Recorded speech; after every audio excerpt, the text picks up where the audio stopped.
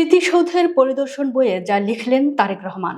প্রধানমন্ত্রী হিসেবে শপথ নেওয়ার পর দিনেই সাভারের জাতীয় স্মৃতিসৌধে এসে জাতির বীর শহীদদের প্রতি বিনম্র শ্রদ্ধা জানিয়েছেন তারেক রহমান। শ্রদ্ধা জানানোর পর তিনি স্মৃতিসৌধের পরিদর্শন বইয়ে স্বাক্ষর করেন এবং মন্তব্য লিখেছেন। 18 ফেব্রুয়ারি বুধবার বেলা 11টার দিকে তিনি মন্ত্রী পরিষদের নতুন সদস্যদের সঙ্গে নিয়ে পুষ্পস্তবক অর্পণের মাধ্যমে শ্রদ্ধা জানানো শেষে পরিদর্শন বইয়ে স্বাক্ষর করেন এবং মন্তব্য লিখেছেন। পরিদর্শন বইয়ের পাতায় দেখা যায় তারিখের স্থানে আজকের তারিখ লিখেন এবং নামের স্থানে লিখেছেন তারেক রহমান ও পদবীর কলামে লিখেন মাননীয় প্রধানমন্ত্রী গণপ্রজাতন্ত্রী বাংলাদেশ সরকার। এ সময় মন্তব্যের কলামে তারেক রহমান লিখেন বিসমিল্লাহির রহমানুর রহিম।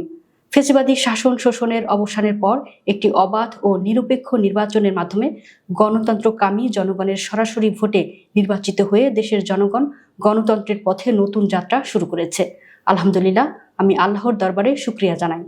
এ সময় তিনি আরও লিখেন, বাংলাদেশের নবনির্বাচিত প্রধানমন্ত্রী হিসেবে নবগঠিত মন্ত্রিসভা সহ আমি 1971 সালের মহান মুক্তিযুদ্ধের বীর শহীদদের প্রতি বিনম্র শ্রদ্ধা নিবেদন করছি, যাদের আত্মত্যাগে আমাদের স্বাধীন বাংলাদেশ 1971 সালের স্বাধীনতা অর্জনের যুদ্ধ থেকে শুরু করে 2024 সালে দেশ এবং জনগণের স্বাধীনতা রক্ষার যুদ্ধ সহ দেশের ইতিহাসে এ যাবৎকালে দেশে গণতন্ত্র প্রতিষ্ঠার আন্দোলনের সকল শহীদদের প্রতিও আমি গভীর শ্রদ্ধা নিবেদন করছি।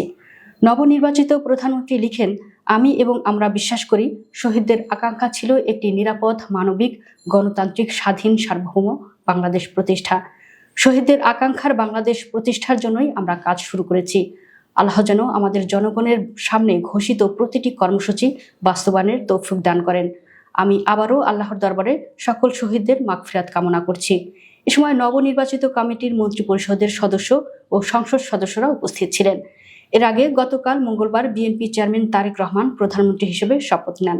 তার শপথের পর প্রথমে নতুন সরকারের মন্ত্রী এবং পরে প্রতিমন্ত্রীরা শপথ গ্রহণ করেন।